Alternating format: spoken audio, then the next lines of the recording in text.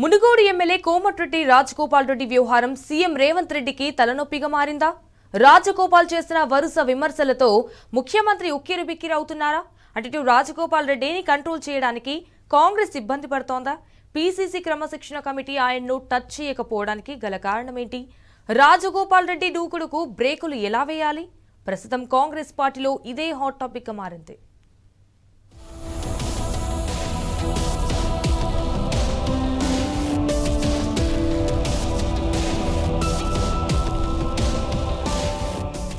Munugode MLA Komatireddy Rajagopal Reddy ముఖ్యమంత్రి రేవంత్ రెడ్డిని target చేసి విమర్శల దాడిని కొనసాగిస్తున్నారు. మంత్రి పదవి ఇస్తామని హామీ ఇచ్చి మోసం చేశారని మండిపడుతున్నారు.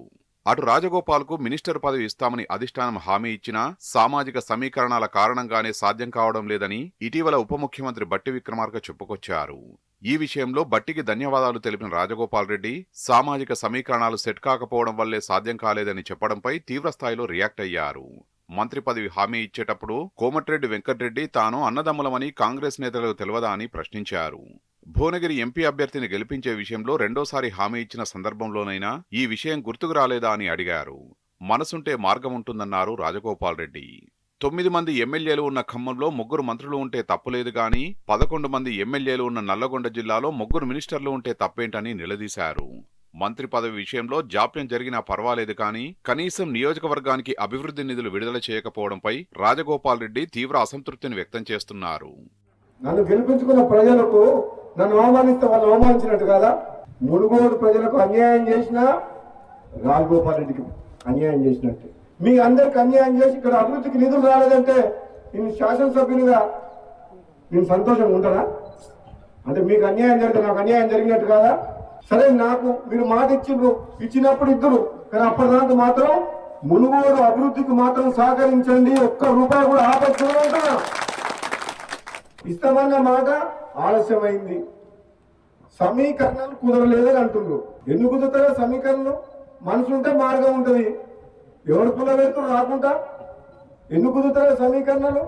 నీకు నన్ను పార్టీలో తీసుకున్నప్పుడు కదా మీ ఇద్దరు అర్థం ఉండాలి కదా, వాళ్ళకు తెలుసుగా.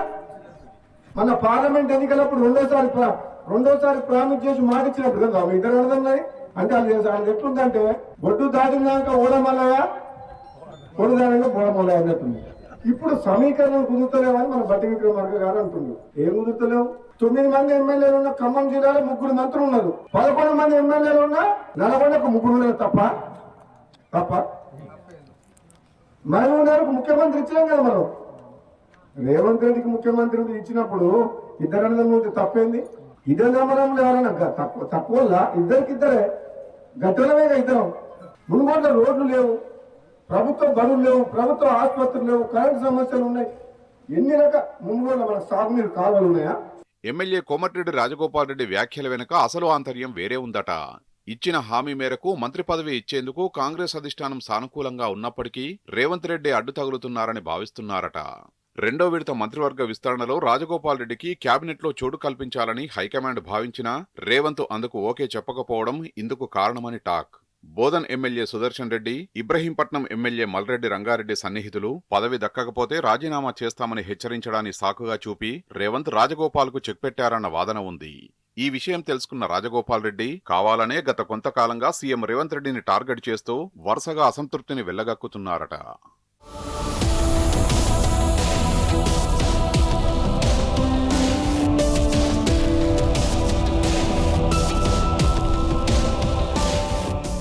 ఎమ్మెల్యే కోమటిరెడ్డి రాజగోపాల్ రెడ్డి చేస్తున్న విమర్శలు ఇటీవల కాలంలో సీఎం రేవంత్ రెడ్డికి తలనొప్పిగా మారాయి అంటున్నాయి కాంగ్రెస్ పార్టీ వర్గాలు. అయినప్పటికీ రాజగోపాల్ రెడ్డి మాటల దాడిని కంట్రోల్ చేయడానికి హస్తం పార్టీ నేతలు వెనుకడుగు వేస్తున్నారట. ఇటీవల పీసీసీ క్రమశిక్షణా సంఘం సమావేశం జరిగినప్పటికీ రాజగోపాల్ రెడ్డి వ్యవహారంలో తలదూర్చేందుకు జంకుతోందట.